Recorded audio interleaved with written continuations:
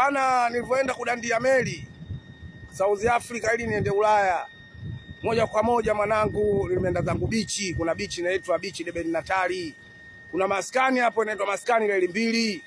Hapo kuna wabongo kama wote hapo. Hao wabongo wanakuambia South Africa hakuna maisha. South Africa yenyewe ni Afrika tu, sio Ulaya.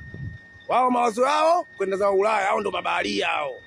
Na mimi moja kwa moja nilipofika hapo nikakaribishwa, nikamwambia mwanetu karibu. Kweli bwana. Kufika pale kwanza mabaharia waliponikaribisha wakanichukulia maelezo. Bwana mwanetu, wewe kibongo bongo ulikuwa unaishi sehemu gani? Nikamwambia Dar es Salaam Tanzania.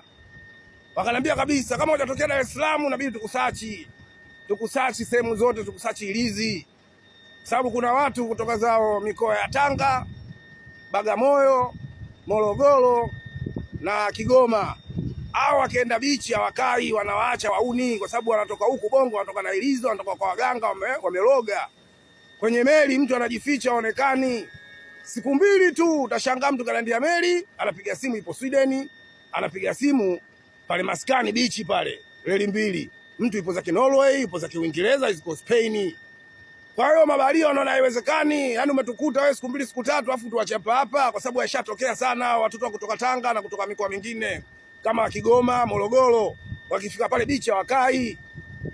Kwa hiyo kama tuambie kabisa bwana, kama umetokeza tu mikoa hiyo tulokutajia bwana, inabidi tukuvue nguo tukusachi. Ngamba mimi nimetokeza zangu Dar es Salaam.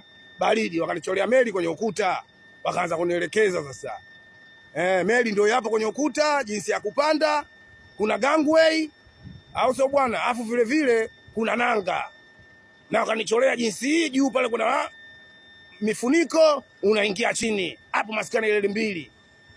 Kufika pale maskani Reli Mbili, kwanza wakanipa achuzi. Achuzi ni mtu wa karibu ambaye anatembea naye kila wakati. Nikienda zangu juu mjini kwenda kuchukua haba mboga, nyanya, na kila mtu pale ana kitengo chake. Yaani hapo kuna wabongo kama wote, wabongo kama laki na 50. Na kila siku wabongo wanapanda meli wanaondoka. Maona bwana, basi mimi dakika ya mwisho nilipopewa mwanangu anaitwa Omari, mtoto wa Mbagala Nzasa huyo. Huyo ndo achuzi wangu, nikawa natembea naye.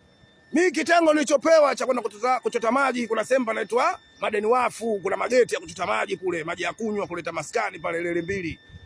Mabaharia ndo tunakunywa. Kila mtu ana kitengo chake, mwingine kuchukua mchele bandarini kwa ajili ya kula, mwingine kuchukua mboga, mwingine nyanya, wengine kupika, wengine kutafuta kuni. Lakini akili ni moja tu, kudandia meli kwenda Ulaya. Hatuna mpango wa kukaa South Africa kwa sababu South Africa ni Afrika sio Ulaya. South Africa hakuna maisha. Hiyo ndo kauli mbiu yetu mabaharia. Kweli bwana. Sasa katika kujaribu kupanda meli, siku ya kwanza mwanangu nimeingia zetu Madeni Wafu na mwanangu yule pale Omari, mtoto wa Nzasa, tukarukiwa. Katika kurukiwa papatu nini tukapolonyoka kwani tukarutina maskani.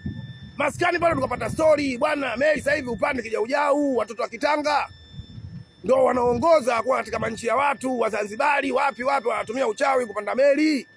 Kwa hiyo hapa cha msingi hapa tunaenda kwetu kwa mganga, tutafute mganga ili atusaidie kutupa ilizi ya kupanda kwenye meli, usionekane ugeuke hata sisimizi au mjusi. Basi moja kwa moja mwanangu na mwanangu Omari tukabidi sasa tupandishe juu, tutafute mganga kwa sababu South Africa waganga wapo kama wote, waganga wenyewe wanaitwa Sangoma, waganga wa South Africa. Na maduka vifaa vya asili vya uganga, maduka yapo kama yote hapo South Africa. Na wanaupenda uchawi kinoma South Africa. Basi moja kwa moja sikuenda kwa mganga mimi na mwanangu. Kufika pale kwa mganga, tawile Kizulu, okay, woza Bafeto. Hii ni wewe na mkinga wako, shida yenu nini? Tuambie bwana, sisi tuna mabaharia. Sisi tunataka tupande meli, tudandie.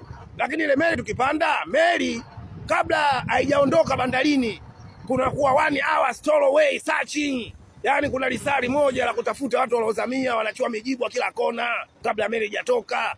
Kwa hiyo sisi mganga tumekuja, nia yetu na mazumuni, tukipanda katika ile meli tukijificha tusionekanike, utupe dawa tuonekane hata sisimizi au watu tufanane na upepo. Kwa hiyo mganga akasema bwana, yeye shida sio kubwa, ni shida ndogo sana kwangu mimi, washakuja mabaharia kama nyinyi na nyinyi wa Tanzania ndo zenu. Nishapata wateja kama nyinyi wengi sana, na wengi sasa hivi wanapiga simu, wengine wapo Vietnam, wengine wapo zao Sweden, wengine wapo zao Uingereza, wamepitia hapa kwangu. Story itaendelea.